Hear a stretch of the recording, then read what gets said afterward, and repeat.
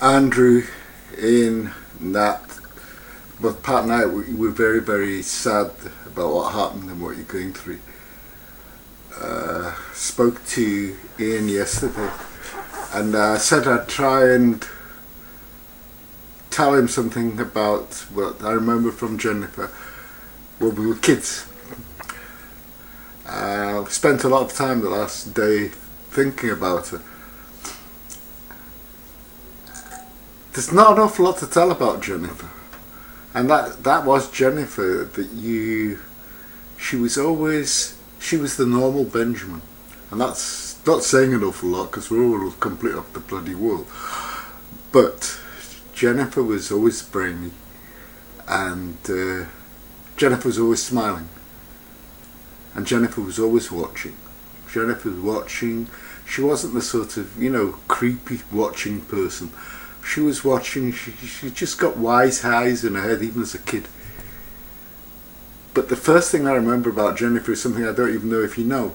I remember Jennifer, she had leg braces, these iron things that kids with polio had. I don't know if she had polio, I can't remember. But if you remember the beginning of Forrest Gump, Jennifer wore those kind of braces. She wore them for quite some time. And what I think is really says the most I could say about Jennifer was I remembered how determined she was. She never sort of sat around. And I remember Uncle Louis was very somehow involved in it, but I can't remember how. But I remember that, and I remember it coming off and how happy everybody was. But she wasn't. She didn't go bananas. She never went bananas about anything. The only time you ever really saw your mum show any sign of emotion was when she met Nat. She was so in love with the guy. It was amazing, and all the time, whenever you met them and saw them, or she talked about him, she got this look in her eye. And he was the love of her life, that was for sure.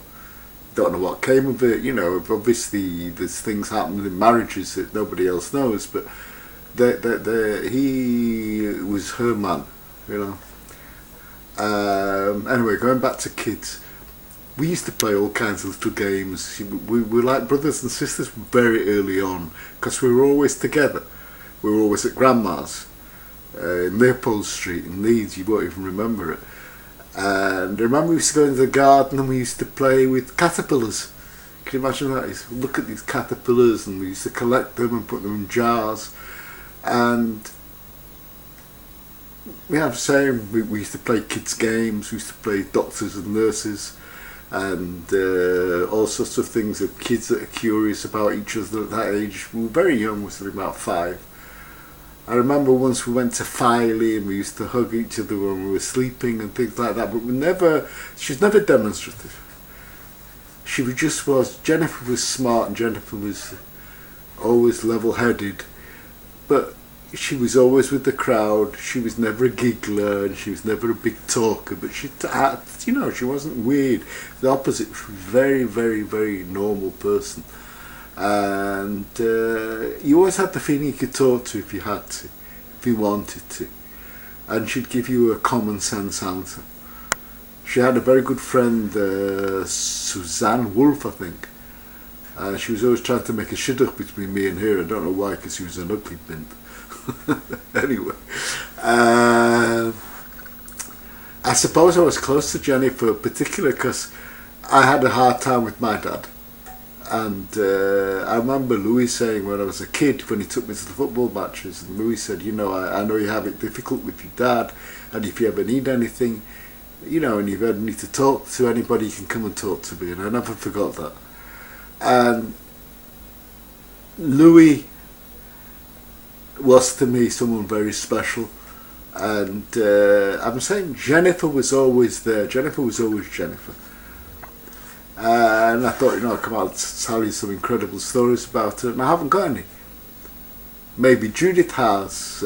She was very close to Judith. She always got excited when the Remekers came down from Glasgow to Leeds. I got excited because Jeffrey would come and stay with us, and Judith and Jennifer were very close. That's it. I'm saying the most important thing I can tell you about Jennifer was how much she idolised your father.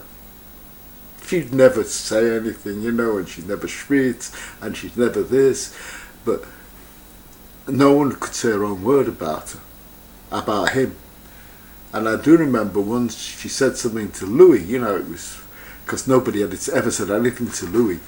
You didn't tell anything to Louis. You didn't talk down to Louis, you didn't answer Louis, and Louis could sometimes open his mouth.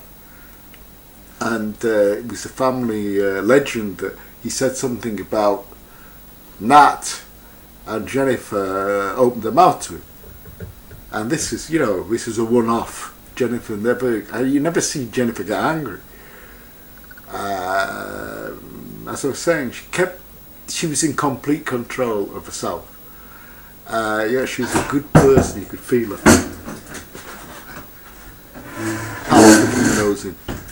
And what can I tell you? I can't tell you an awful lot more. Apart from the fact she was there. I think she was very much a Benjamin. She was known to be, as a kid, she was known to be brainy. We all knew that she was going to do well. We had the succession of brainy grandchildren. Judith was the first, Jeffrey was the second, Jennifer was the third. I certainly wasn't anywhere near it. Nor was our Susan, poor lad. Then Gerald came. But you know, Jennifer was part of the brainy ones. Yeah.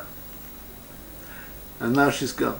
And she's brought you two boys up, and now you've got the grandchildren. And I hope they remember. I always remember with fondness, and she was a kind person and a good person. And she was Jennifer. And now she's gone. Anyway, look after yourselves, and marching on together, you see, we're still there. And there you have it. Bye bye now.